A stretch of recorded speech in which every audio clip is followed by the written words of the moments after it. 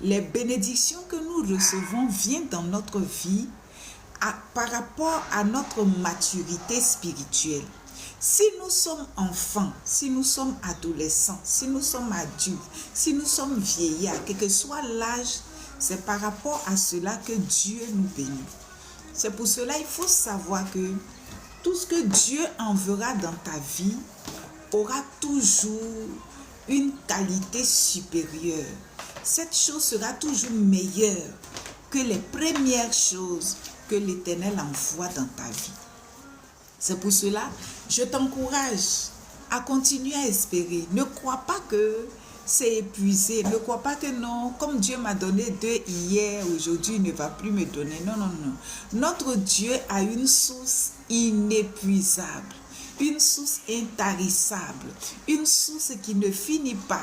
Regardez comment il a béni Esther. Regardez comment il a mis Esther au large. Regardez comment il a fait du bien à Esther. Regardez comment Esther a été épanouie. Regardez aussi le roi David, cet homme qui avait besoin d'aller calmer les démons de Saül pour avoir du pain. Cet homme qui n'était rien, qui était derrière les moutons de son père dans la savane. Regardez comment Dieu a béni David. Regardez sa bénédiction qui allait de niveau à niveau, jusqu'à ce qu'il devienne le roi d'Israël. Et aujourd'hui, sa bénédiction est éternelle. Parce que Dieu lui a fait une promesse qu'il ne manquera pas de successeurs sur le trône. C'est grâce à David qu'aujourd'hui nous sommes des rois. Mais regardez un peu, nous sommes la descendante de David dans la royauté. Regardez un peu comment Dieu continue de bénir David. Je veux te dire par là que il ne faut pas t'arrêter à aujourd'hui. Ne t'arrête pas à hier. Ne dis pas c'est déjà passé. Avec Dieu, ce n'est jamais passé. Avec Dieu, ce n'est jamais fini. Avec Dieu, c'est le renouvellement. Avec Dieu, c'est la renaissance. Avec Dieu, c'est l'avancement. Avec Dieu, c'est un esprit supérieur. Avec Dieu, tu gagnes toujours. Avec Dieu, Dieu ne va jamais te présenter une assiette vide. L'Éternel ne te dira pas, oh, tu n'es pas vite arrivé. Dieu ne dira pas, non, on a fini de manger. L'Éternel ne te dira jamais cela. La parole de Dieu dit que Jésus a prêché pendant 3 jours. Et les gens l'ont suivi. Les gens sont restés avec lui pendant 3 jours. Et ces personnes-là, après la prédication du Seigneur, le Seigneur dit, le temps est arrivé pour que vous retourniez dans vos maisons. Mais Jésus regarde le peuple qui était fatigué. Et Jésus dit que non, il faut qu'on leur donne à manger. Donc Jésus va multiplier le pain pour que ces personnes-là puissent manger et être rassasiées. Mais dans la multiplication du pain, on découvre que pendant que ces personnes mangent, il y a une onction de multiplication qui continue de se manifester. Au point où, après le repas, on découvre que la portion initiale qui était là pour la nourriture de tout le monde, quand on a ramassé les paniers, on a eu plus que ce qui était là au commencement. Est-ce qu'on comprend un peu le miracle de Dieu? Ça veut dire que tu avais 3, je prends un exemple, tu avais 3 paniers de pain. Et pendant que vous commencez à manger, le nombre de personnes qui devaient manger était en surnombre, était trop. C'est comme s'il y a 3000 personnes pour manger 3 paniers de pain. Donc normalement, ce repas ne devait pas suffire. Mais le repas a suffi parce qu'il y avait une onction de multiplication dans le repas. J'appelle cette onction-là l'onction de l'arche de l'alliance. L'onction qui crée le miracle sans qu'on ne se rende compte. L'onction qui a fait que le bâton d'Aaron a poussé et a porté un fruit. Et cette onction cette onction travaille dans la rapidité. C'est-à-dire on n'a pas besoin de 2 saisons, de 3 saisons pour que l'onction puisse se matérialiser, pour qu'on voie le miracle. Cette onction est immédiate. Donc on découvre que pendant que les gens étaient en train de manger, le repas se multipliait sans qu'eux-mêmes ils ne s'en rendent compte. Et tout le monde a mangé, tout le monde était rassasié. Je crois même qu'il y en a qui ont fait des emportés. Et après que la foule soit rassasiée, Jésus va dire, ce qui est resté là, mettez cela ensemble, ramassez, et on découvre que il y a eu des paniers qui étaient plus, j'allais dire, il y a eu de nourriture, de nombre de paniers était plus que ce qui était au commencement. Est-ce que quelqu'un comprend? Le nombre de paniers de nourriture qu'on découvre après le repas était plus que le nombre qui était au commencement. Je suis en train de parler du Dieu de la multiplication, le Dieu de la vitesse, le Dieu qui fait au-delà. Et souvent, tu ouvres tes yeux, tu dis, attends, je vais voir comment Dieu va faire. On ne cherche pas à voir comment Dieu va faire. On sait une chose, c'est que dans ce lac, il y a une onction que Dieu a descendue. Cette onction, c'est l'onction de la multiplication et de la vitesse. C'est une onction qui travaille. Pendant que l'onction travaille, toi-même, tu ne te rends pas compte qu'il y a une onction qui est en train de travailler. Mais après, tu vois les résultats et tu découvres que, mais attends, il y a eu quelque chose qui s'est passé. Cette onction travaillait dans le tabernacle, dans l'arche de l'alliance, dans la vie du bâton d'Aaron. Et personne ne savait. Mais le matin, on découvre qu'il y a des fruits. C'est notre Dieu qui travaille ainsi. Et je déclare cela dans ta vie. Toi qui m'écoutes, toi qui me suis, toi qui passes, arrête-toi. Il y a une bonne portion de grâce, une bonne portion de bénédiction qui vient vers toi.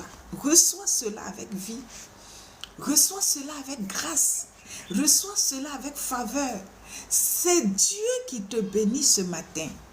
C'est l'Éternel qui a rendez-vous avec toi. C'est Dieu qui a rendez-vous avec toi. Regardez un peu Ruth.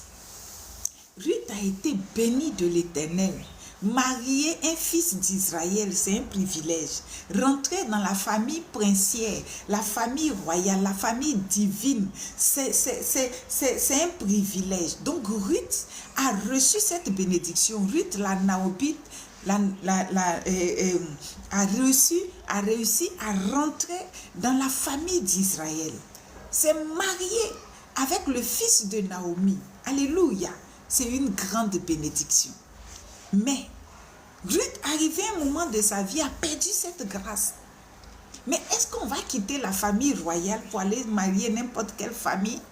Est-ce qu'on va quitter la cité de Dieu pour aller dans une autre cité? Ruth a réfléchi, Ruth dit, mais attends, je ne peux pas rentrer dans la royauté et puis ressortir et puis devenir n'importe qui dans la ville. Non, je reste attachée à la royauté. Je reste collée à la royauté parce que je sais que ce Dieu-là est un Dieu qui a des ressources inépuisables, des ressources qui ne finissent pas, des ressources qui se renouvellent. Donc moi, je reste attachée à cette famille. Naomi, je ne t'abandonnerai pas, je ne te quitterai pas parce que je ne peux pas rentrer dans le palais et ressortir. Elle est restée attachée à Naomi. Elle est restée attachée à la famille de Dieu. Elle est restée attachée à la terre de Jérusalem. Mais vous allez voir qu'est-ce que Dieu va faire. Et avant, son mari ne trouvait pas à manger. C'est pour cela, au temps de la famine, ils sont partis. Ils sont partis sur la terre de Moab. Mais quand elle est revenue, elle est allée se marier. Dieu l'a poussée dans un mariage où le propriétaire, ça veut dire que celui-là qui avait un champ, où il y avait à manger, ce qui manquait hier était là aujourd'hui. Est-ce que vous voyez un peu? À cause de la nourriture, Naomi est partie avec sa famille sur la terre de Moab. Mais quand ils sont revenus, Ruth se marie avec un homme qui a un champ. Qui a un champ où il y avait du blé à quantité. L'Éternel s'est redonné. L'Éternel s'est béni encore. L'Éternel s'est donné la gloire du second temple encore. Dieu s'est renouvelé. Dieu s'est donné plus qu'avant. Ne dis pas non, mon âge est passé. Non, le temps est fini. Tant qu'il y a le souffle de vie, le temps ne finit pas. Dieu est le maître des temps et des circonstances. Hier, tu as eu un mariage et puis tu as perdu le monsieur. Et puis tu dis, mais quand j'étais jeune, là, j'ai eu. Maintenant, je suis vieille, là. Qu'est-ce que Dieu peut faire pour moi? Regardez ce que Dieu a fait pour Ruth. Regardez ce que Dieu a fait pour Sarah. essayez un peu de vous arrêter sur les personnages bibliques. Et puis voyez ce que Dieu a fait pour eux. C'est ce Dieu-là que nous prions. C'est ce Dieu qui est dans ce live. Le Dieu qui est capable de faire au point où la première bénédiction est obligée de fermer sa bouche et puis déposer. La première bénédiction est obligée de se prosterner. Dieu qui est capable de faire au point où ton passé dit non, ton présent est glorieux. C'est notre Dieu qui fait ça. C'est pour cela qu'il faut continuer de croire. Mais il ne faut pas croire pour demain, après-demain. Croire pour aujourd'hui. Crois que Dieu change ton histoire. Que le témoignage sera tel que toi, mais tu vas t'asseoir et puis tu vas dire, on n'avait pas. Maintenant, on en a jusqu'à on a des réserves. Ça veut dire, on peut économiser. Avant, tu ne peux pas économiser. Tu survivais. Ça veut dire, quand tu as un problème de 100 000, Dieu te donne 30 000. C'est comme ça qu'était ta vie. Donc, tu allais de surendettement et de surendettement. Tu ne gagnais même pas. Même quand on te dit de donner la dîme, Dieu, même quand il te regarde, mais il dit, il faut garder. Parce que tu as dette de 100 000, Dieu te donne 30 000. C'était comme ça ta vie était. Et puis un matin, tu rentres dans ce live.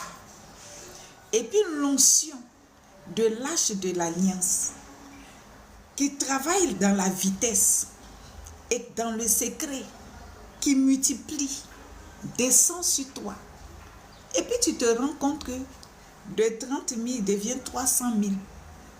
300 000 devient 3 millions. Ça veut dire quoi? Hier, ce que tu n'arrivais pas à voir là, Dieu multiplie. Tu as payé toutes tes dettes. Ton histoire a changé. Et puis tu dis, mais qu'est-ce qui s'est passé? Dis non, un jour, il y a une femme simple qui ne ressemble à rien. Aucune beauté. Une femme même, on n'a même pas envie de s'asseoir pour l'écouter. Mais je ne sais pas qu'est-ce qui m'a pris et puis je suis restée pour l'écouter. Et pendant que je l'écoutais, elle a parlé d'une onction. Et cette onction-là, je crois que cette onction m'a contaminée. Parce que depuis ce jour-là, je vais de multiplication de gloire. Je vais de gloire en gloire. Je vais dans... C'est la vitesse maintenant. Avant, quand Dieu te dit, je vais te donner telle chose là, il faut attacher ta ceinture. Il faut savoir que c'est maintenant les épreuves commencent. Mais depuis que tu es en train de m'écouter là, ce n'est plus ça. Dieu ne te dira même plus, je vais te donner telle chose. Tu vois, la chose est dans ta main. Le début de cette année, le Seigneur nous a dit que le signe qui nous a bénis là, le signe qu'il est dans notre vie là, c'est la bénédiction. C'est le message que Dieu nous a donné le 1er janvier. Avant que nous ne rentrons dans cette année grégorienne, il nous a dit que le signe de sa présence dans notre vie, là, c'est la bénédiction. Donc, il n'a plus besoin de venir te dire, mon enfant, tu es béni. Mon enfant, il a fait ceci. Tu vas voir, ça est là. Tu te lèves matin, ça est là. La bénédiction répond présente. La bénédiction est là. Et tu découvres que ta vie est en train de changer. Et puis, tu rends gloire à l'Éternel. Tu dis, oh mon roi, mon Seigneur et mon Maître, enfin, tu m'as secouru. Jusqu'ici, tu t'es souvenu de moi. C'est l'Éternel qui fait ça. Et cette onction est dans ce live. Merci beaucoup, merci beaucoup, merci beaucoup. Alléluia. Cette onction est dans ce live. Pour que tu vives les merveilles, les merveilles, les merveilles de l'Éternel. Cette onction de grâce, cette onction de multiplication, cette onction de vitesse est dans ce live. Reçois cela. Saisis cela. Et laisse l'onction travailler dans le secret de ta vie. Quand cette onction descend, la Bible dit que Isaac avait sémé à une époque de sécheresse. À cette période-là, il ne pleuvait pas. Et des gens avaient commencé à quitter la contrée pour partir vers des terres où il pleuvait. Et Dieu vient dire à Isaac que toi, il ne faut pas bouger parce que je vais déposer quelque chose en toi. C'est une onction qui travaille dans le secret. Quand cette onction travaille, on ne voit pas. Mais après, on voit que le résultat a changé. On voit que le résultat a changé. Je vais te donner cette onction-là. Et la Bible dit quand Isaac a sémé, oh, il a récolté l'abondance. Et je m'assois, je dis, mais attends, il devait avoir une rosée mystérieuse qui descendait dans le champ d'Isaac. La rosée qui fécondait la terre. La Bible dit que Dieu envoie la pluie pour féconder la terre. Et au commencement de la création, il ne pleuvait pas, mais il y avait une rosée qui arrosait la terre. Cette rosée-là porte une onction spéciale. Et cette onction transporte la fécondité spirituelle.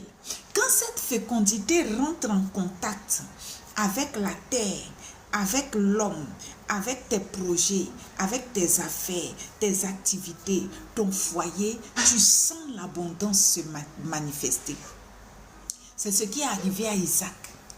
Et Isaac a récolté. Les gens avaient commencé à le maltraiter. Quand il crée des puits, les gens ferment. Donc Isaac voulait plier bagage. Mais ces personnes-là se sont rendues compte que non. C'est vrai qu'on a la bénédiction générale où Dieu fait pleuvoir sur les bons et sur les méchants. Mais quand on observe la vie de Isaac, on sent qu'il y a une onction dans sa vie.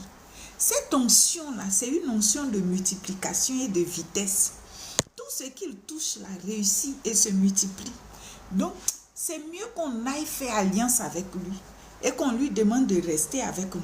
Parce que comme nous, on n'a pas, si lui, il en a là, s'il est avec nous là, les choses vont aller pour nous. Et c'est comme ça qu'ils sont allés voir Isaac pour dire, Isaac, il ne faut pas partir, il faut rester. Parce qu'on a découvert que l'Éternel est avec toi. La même chose est arrivée à Joseph.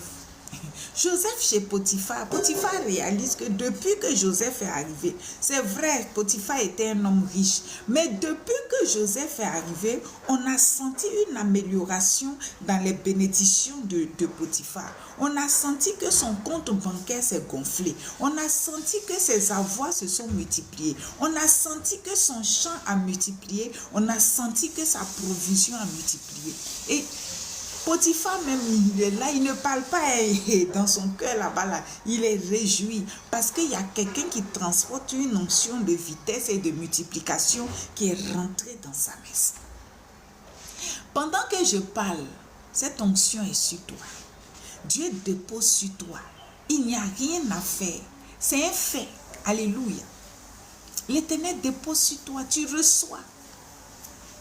Quand il va arriver dans la prison là-bas, puisqu'il transporte cette onction, il ne peut pas être sous. On l'a déposé au-dessus des prisonniers. Il est devenu un homme important même dans la prison. Et cette onction va l'amener jusqu'à la royauté, où il va sortir de la prison pour aller à la cour du roi. Et quand on va lui donner une position noble, l'Égypte va connaître la multiplication. L'Égypte qui était dans le collimateur de la famine, Dieu avait donné une révélation où il y aura un temps d'abondance et un temps de famine. Mais à cause de l'onction qui était sur la vie de Joseph, cette onction a fait de telle sorte qu'au temps de la famine, l'Égypte n'a pas eu faim. Au temps de la souffrance, l'Égypte n'a pas eu faim.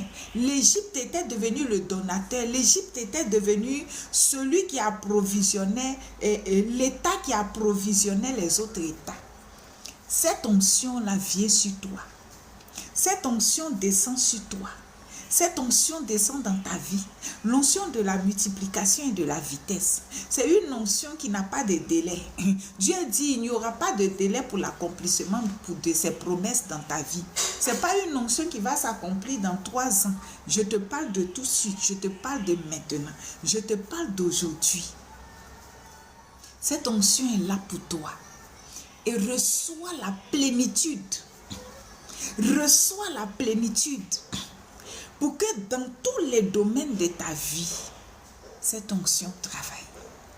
L'Éternel t'aime. Le Dieu de Jacob t'aime. Il s'appelle le Tout-Puissant. Et c'est lui qui organise les choses. Rien ne disait que Jésus allait venir à la fête. rien n'annonçait cela. Puisqu'il a dit à ses frères, vous allez-y. Mais un coup comme ça, au moment où le vin va manquer, voilà Jésus à la fête. C'est comme ça aussi aujourd'hui là. Tu ne savais pas que j'allais déposer ma caméra pour te parler. Tu ne savais pas que tu allais être en train de défiler sur TikTok et puis tomber sur ce live. Quand tu dormais hier, tu n'avais pas rendez-vous avec moi. C'est comme ça, la manière dont je suis rentrée comme ça dans ta maison. Je suis rentrée comme ça dans tes oreilles. Je suis rentrée dans ton cœur. Je suis rentrée dans ton entendement, dans tes regards là. C'est comme ça l'onction de la multiplication et de la vitesse. L'onction de l'esprit supérieur descend sur toi et commence à travailler. Et tu auras de grands témoignages à rendre. C'est pour cela, n'hésite pas de t'abonner à ce compte.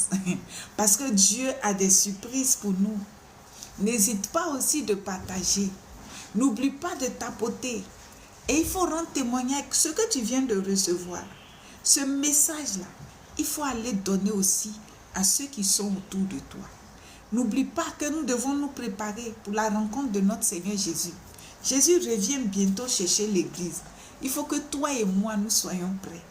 N'oublie pas, toi qui n'as pas encore donné ta vie à Jésus, c'est l'occasion. C'est l'occasion. Donne-lui ta vie et bénéficie de ses largesses.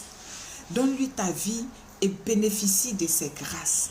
Que le Tout-Puissant, le vivant de Jacob, te fasse du bien. Demeure béni dans le nom puissant de Jésus. Amen. C'est le message que Dieu a mis sur mon cœur pour te donner ce jour. Et ce message apporte la floraison dans ta vie. Amen. Reste béni.